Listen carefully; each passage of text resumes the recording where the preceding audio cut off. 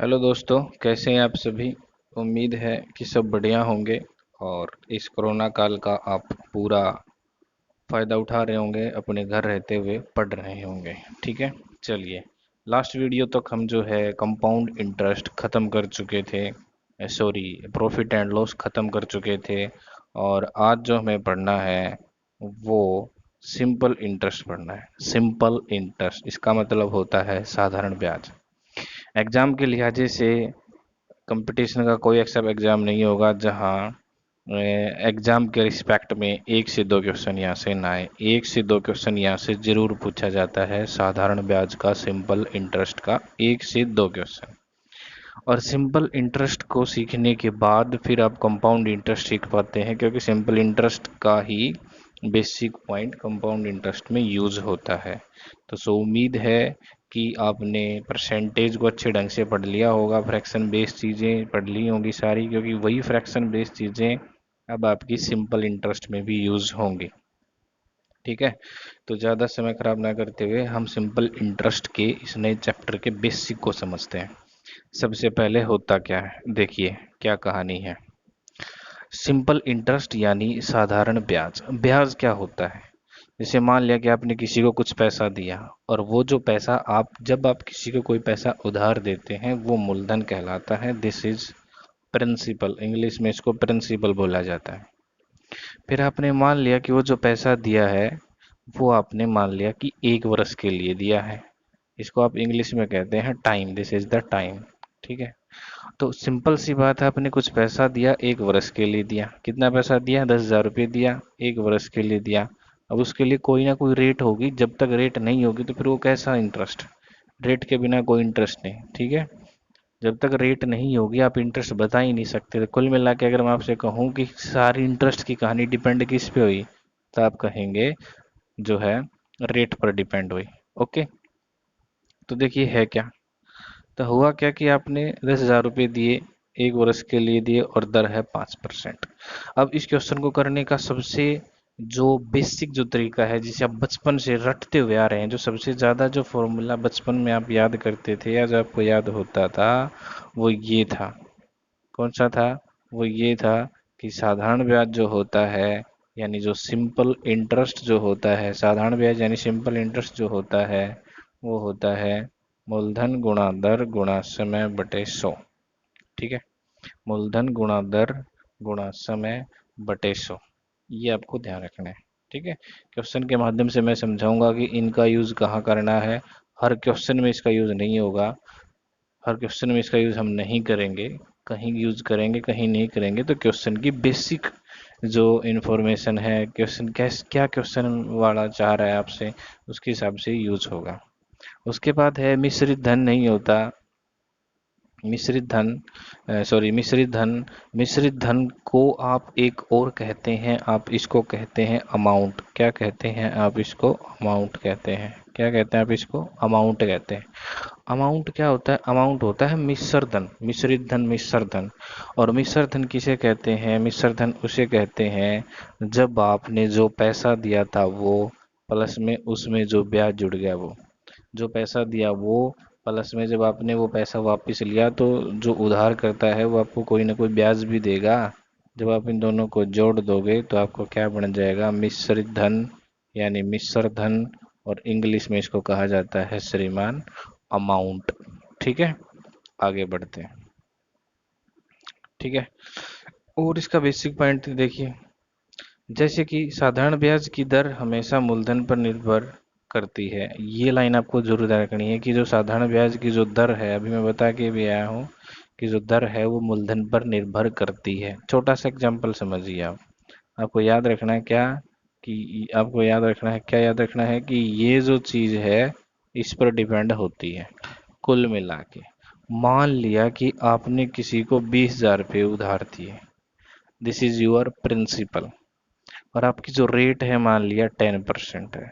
तो अगर मैं आपसे ये कहूँ कि आप अपना 1 साल के दौरान ब्याज बताइए, तो आपका जो ब्याज होगा, सॉरी, एक वर्ष के लिए ब्याज बताइए, जो दर है वो वार्षिक है। तो आप क्या करेंगे? 20,000 गुणा में 10 गुणा में एक समय बटे में 100, काटा पेटी मचाओगे तो आपकी जो वैल्यू आएगी वो आएगी 2000, यानी 1 साल का ब्याज 2000। अगर मैं आपसे ये कहूँ कि ये जो रेट है जो 10% है, ये 10% ना होकर, ये 10% ना होकर 20% हो, तो फिर 1 साल का ब्याज कितना होगा? 4000 रुपये। कहने का मतलब है कि अगर रेट बढ़ेगा, इंटरेस्ट बढ़ेगा, रेट घटेगी, इंटरेस्ट भी घट जाएगा। क्लियर है? ये आपको याद रखना है। यही कुछ बात इसमें समझाई गई है कि साधारण ब्याज की दर से दर हमेशा ही मूलधन पर निर्भर करती है। जैसे कि 20% है, 20% की फ्रैक्शन होती 20/100, यानी 1/5। और ये आपको हमेशा ध्यान रखना है कि जो बेस पॉइंट होता है वो मूलधन कहलाता है, और ऊपर वाली जो चीज़ होती है दिस इज योर इंटरेस्ट, उसे आप ब्याज कहते हैं। समझ आई? ये हमेशा ध्यान रखना है। जो भी दर देगा, जैसे दर 20% है, अगर यहाँ दर 10% होती तो 1/10 होता है। 1/10 के अंदर जो नीचे वाला 10 होता है वो मूलधन होता है, और जो ऊपर वाला 1 होता है वो आपका ब्याज होता है।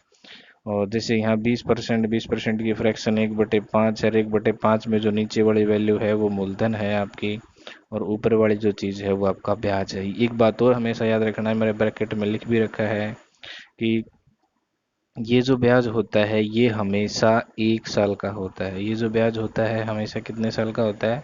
ये ब्याज ऑलवेज टाइम हमेशा 1 साल का होता है। आपको दो ही बातें यहाँ ध्यान रखनी है, नीचे वाली चीज़ मूलधन और ऊपर वाली चीज़ ब्याज। और ये जो ब्याज होता है हमेशा 1 साल के लिए होता है। उम्मीद है इतना जरूर समझ आया होगा। आगे बढ़ते हैं, ठीक है। चलिए अब मैं बाकी चीज़ें तुम्हें क्वेश्चन के माध्यम से समझाऊंगा, और हम आते हैं चैप्टर के क्वेश्चन नंबर 1 पर। ठीक है। देखिए, आपको कोई फॉर्मूला ध्यान नहीं रखना, जो बेसिक बेसिक फिलहाल पीछे 2 बातें बता के आया हूं मैं, वही 2 बातें ध्यान रखनी है।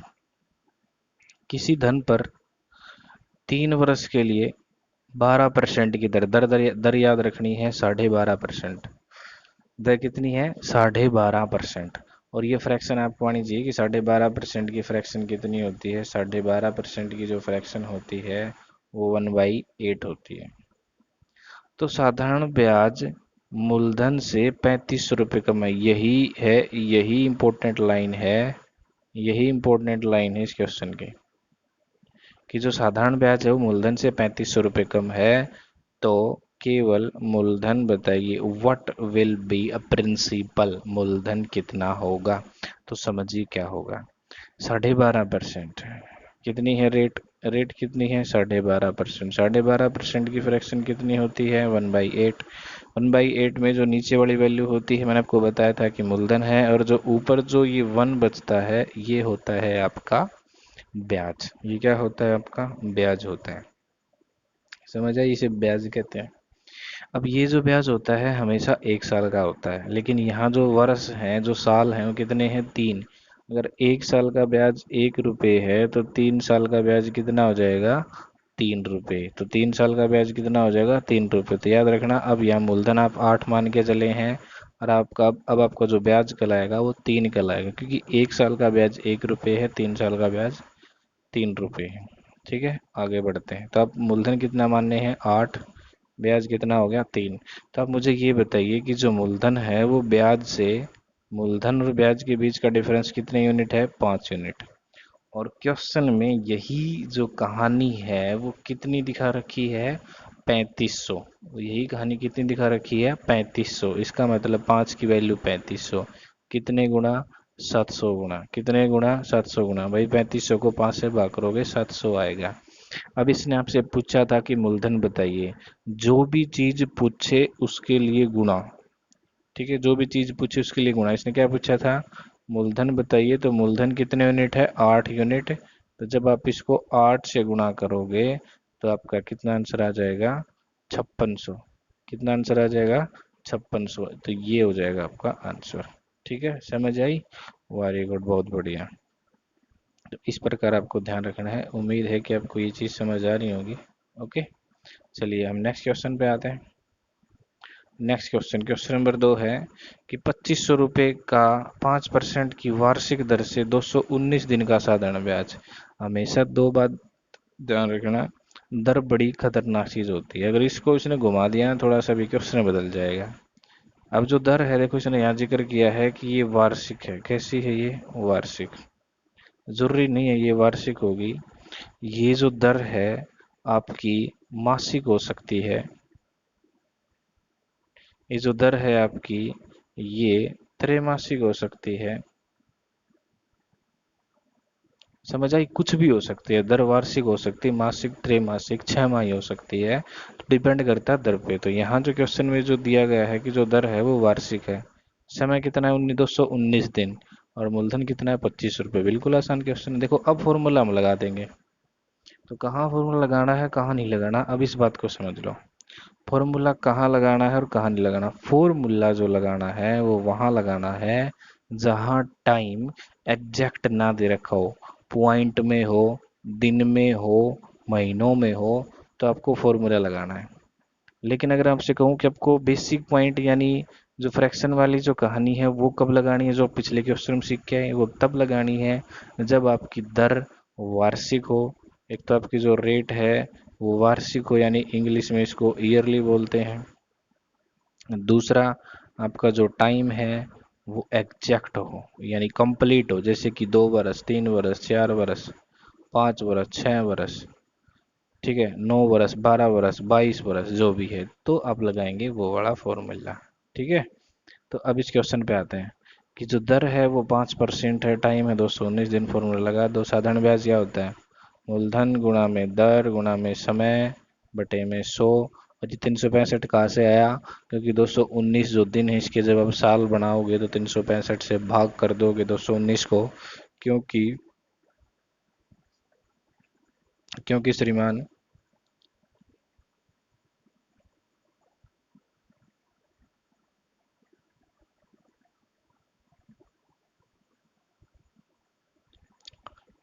क्योंकि एक साल में 365 दिन होते हैं, तो इसलिए क्या आ जाएगा? मूलधन गुणा में दर गुणा में समय बटे में 100, और गुणा में नीचे 365 काटापीटी मचाओगे 75।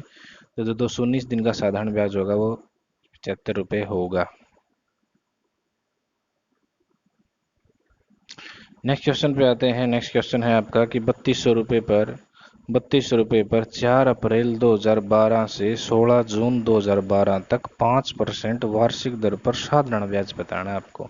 अब इसने एग्जैक्ट टाइम नहीं दिया, इसने क्या कर दिया, डेट बता दी कि 4 अप्रैल 2012 से लेकर आपको जो ढूंढना है 16 जून 2012 तक की बात को बताना है। तो देखिए क्या करोगे कि 4 जून से 16 जून 2012 तक में जब आप टाइम जब नोट करोगे तो आपको मिलेंगे 73 डेज। नोट कर लेना, 4 अप्रैल से 16 जून तक 73 डेज। अब जब आपके पास एग्जैक्ट टाइम नहीं है तो फिर आप फॉर्मूला लगाएंगे, और फॉर्मूला साधारण ब्याज का क्या होता है? मूलधन गुणा दर गुणा समय बटे 100।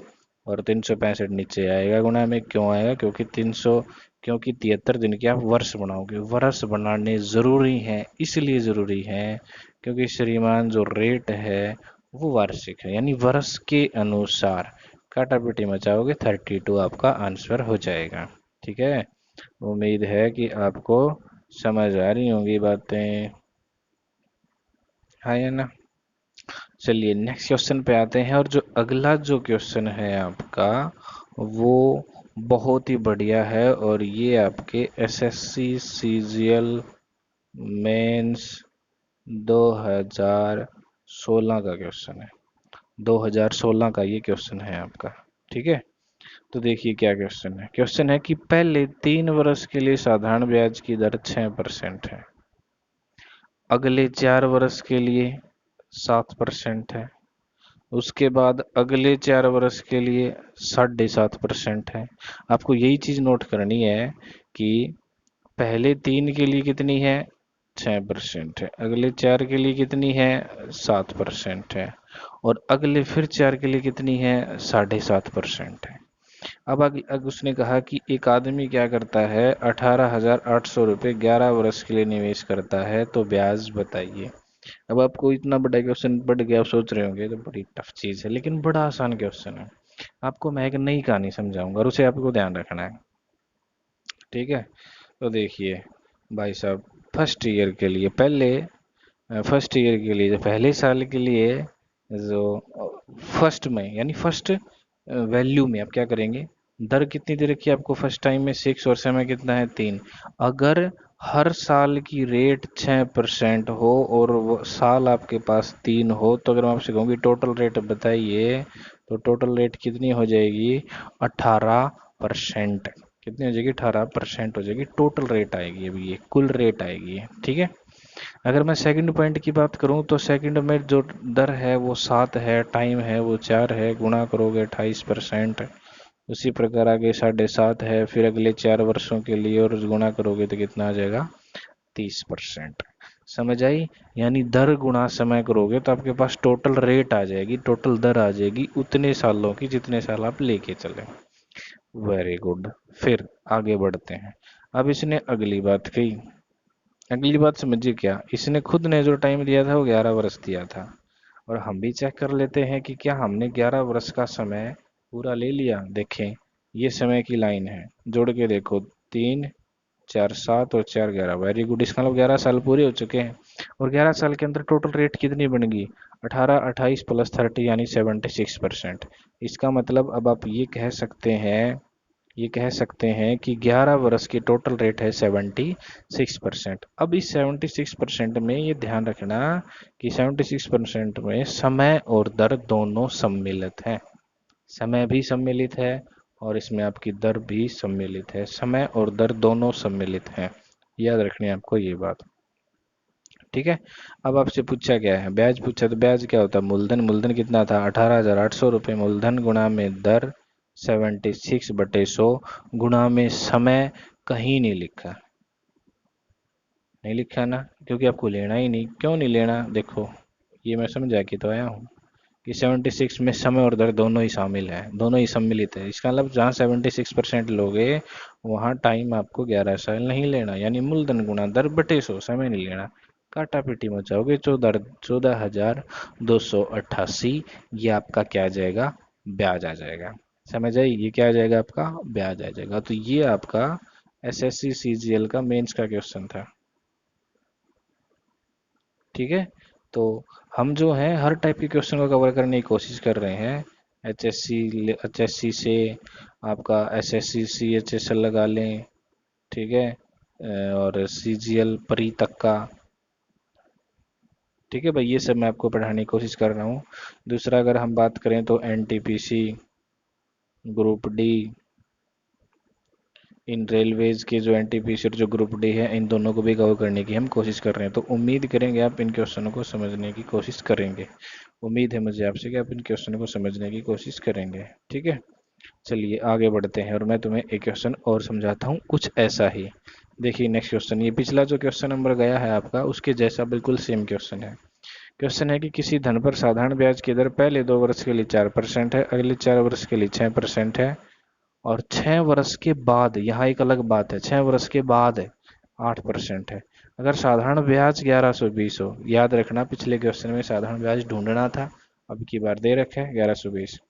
तो मूलधन ज्ञात करो अगर समय कितना हो, 9 वर्ष हो। एक बार दोबारा देखिए, पहले 2 वर्ष के लिए 4%, 4 वर्ष के लिए 6%, और 6 वर्ष के बाद, 6 वर्ष के बाद 8%। ये लाइन बड़ी इंपॉर्टेंट है। दूसरी बात, साधारण ब्याज दे रखा है, मूलधन पूछ रखा है, और टाइम टोटल दे रखा है 9 वर्ष। अब यहाँ देखिए टोटल 9 वर्ष दे रखा है, यहाँ इस बात को समझना है।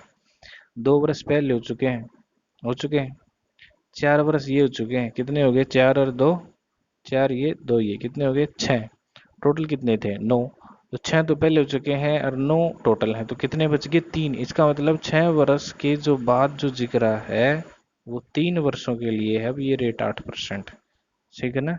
अब ये 3 वर्षों के लिए रेट कितनी तुम्हारी 8%। तो अब इस बात को समझिए, क्या मैंने को बताया था ना कि समय और 10 गुणा करोगे तब आपको टोटल रेट आ जाएगी। तो पहले 2 वर्ष के लिए जो थी, समय जो था वो 2 था और जो दर थी वो 4 थी, तो 2 गुणा में 4 कितनी आ गई 8। अगले 4 वर्ष के लिए कितनी थी, 4 गुणा 6 यानी 24। और अगले 3 वर्ष के लिए, यानी 6 के बाद 3 ही वर्ष तो बचते हैं ना, तो 3 वर्ष के लिए 8 थी, तो टोटल कितनी आ जाएगी 24।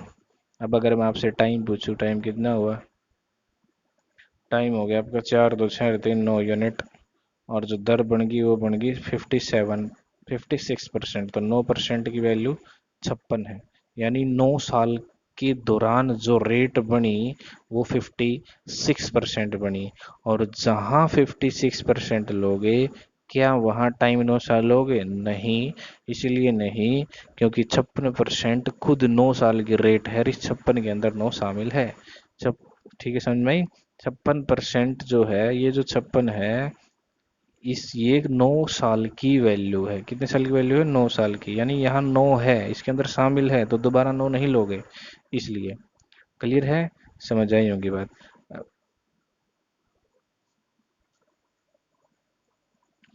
तो यहाँ जो रेट आपने चेक करी वो टोटल 9 साल के लिए 56% होगी। ठीक है, अब आपको बताना क्या था, यहाँ आपको प्रिंसिपल बताना है।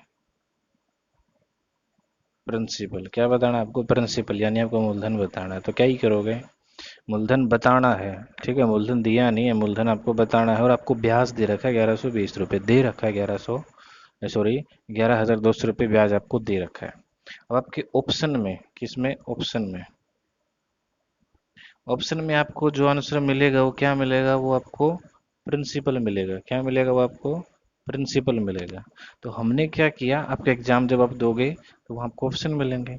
तो मैंने क्या किया, उन ऑप्शनों में से मैंने 20,000 उठा लिया। कि मान लिया कि मेरा जो मूलधन है वो 20,000 है।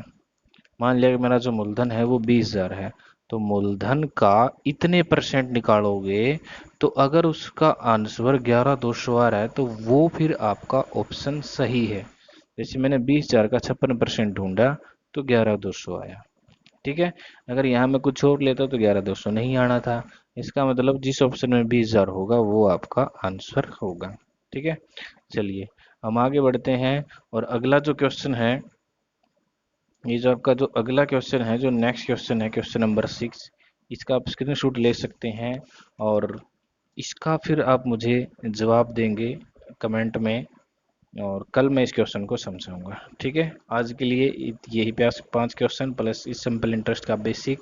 आप कम पढ़ें पर ढंग से अच्छे सी वीडियो को 2 से 3 बार देख के पढ़ सकते हैं। ठीक है, उम्मीद है कि आपको सारा मैटर समझ आया होगा। और ज़्यादा हड़बड़ी में ना रहें, जितनी चीज़ आपको समझाई जा रही हैं उस पर आप 100% काम करें। ठीक है जी, आज के लिए इतना ही। गुड बाय, जय हिंद।